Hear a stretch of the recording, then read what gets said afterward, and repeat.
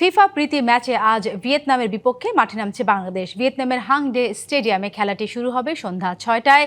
দলটির বিপক্ষে অতীত পরিসংখ্যান সুখকর না হলেও এবার ঘুরে দাঁড়াতে চায় লাল সবুজের প্রতিনিধিরা। জামালদের সামনে বাধার দেয়াল হতে পারে টানা জয়ের মুডে থাকা ভিয়েতনামের মানসিকতা। ইনজুরি সমস্যায় এ ম্যাচে শুরু একাদশে নাও দেখা যেতে পারে শেখ মুরসালিনকে। ১০৩ বনাম ১৮১। ফিফা র্যাঙ্কিং বলে দিচ্ছে যোজন এগিয়ে আছে ভিয়েতনাম। ইনজুরি পুরোপুরি সেরে না ওঠায় এ ম্যাচে নাও দেখা যেতে পারে মোরসালিনকে। সামনে সিঙ্গাপুর ম্যাচ থাকায় শুরুর একাদশে হামজাকেও না রাখতে পারেন মাস্টারমাইন্ড কাবরেরা। তবু আত্মবিশ্বাসী বাংলাদেশ। তারা দক্ষিণ পূর্ব এশিয়ার অন্যতম শক্তিশালী দল। তাদের বিপক্ষে খেলা আমাদের আত্মবিশ্বাস বাড়াতে সাহায্য করবে। হামজা এসেছে, কিন্তু অঞ্চলের আবহাওয়ার সাথে মানিয়ে নিতে তার কিছুটা সময় প্রয়োজন। ভিয়েতনামিজদের সাথে মুখোমুখি হওয়ার তিক্ত অভিজ্ঞতা একবারই আছে বাংলাদেশের। ২০০৬ সালে ওদের বিপক্ষে ৫-১ গোলে হেরেছিল বাংলাদেশ। বর্তমানে রেড গ্রিনদের চেয়ে ৭৮ ধাপ এগিয়ে থাকা ভিয়েতনাম এশিয়ার অন্যতম পরাশক্তি। জামালও অকপটে বললেন কঠিন হতে যাচ্ছে ম্যাচটি।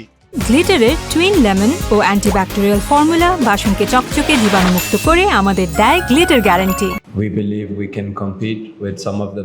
আমরা বিশ্বাস করি এশিয়ার কয়েকটি সেরা টিমের সাথে কম্পিটিশন করতে পারবো। অবশ্যই এটি কঠিন ম্যাচ হতে যাচ্ছে। আমরা আমাদের সেরাটা দেব। সিঙ্গাপুরের সাথে ম্যাচের আগে এটি গুরুত্বপূর্ণ। অন্যদিকে ফুরফুরে মেজাজি আছেন ভিয়েতনামের কোচ। শেষ ৫ ম্যাচের ৫টিতেই জিতেছে তারা। তবু সমীহ করছেন বাংলাদেশকে। আলাদা নজর রাখছেন হামজা চৌধুরীর দিকেও। আমি হামজাকে চিনি। আমরা তাকে মোকাবেলা করার উপায় খুঁজে বের করতে ভিডিও বিশ্লেষণ করেছি। গত বছরের তুলনায় বাংলাদেশ দলে অনেক পরিবর্তন এসেছে। বিশেষ করে বিদেশে লিগে খেলা প্লেয়ার থাকায় তাদের স্কোয়াড আগের চেয়ে শক্তিশালী। তবে আমরা জয়ের বিষয়ে আশাবাদী।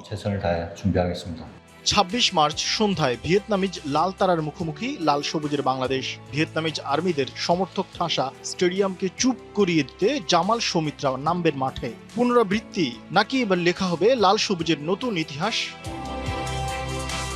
শরীফ ফারুকী, ডিবিসি নিউজ ডেস্ক।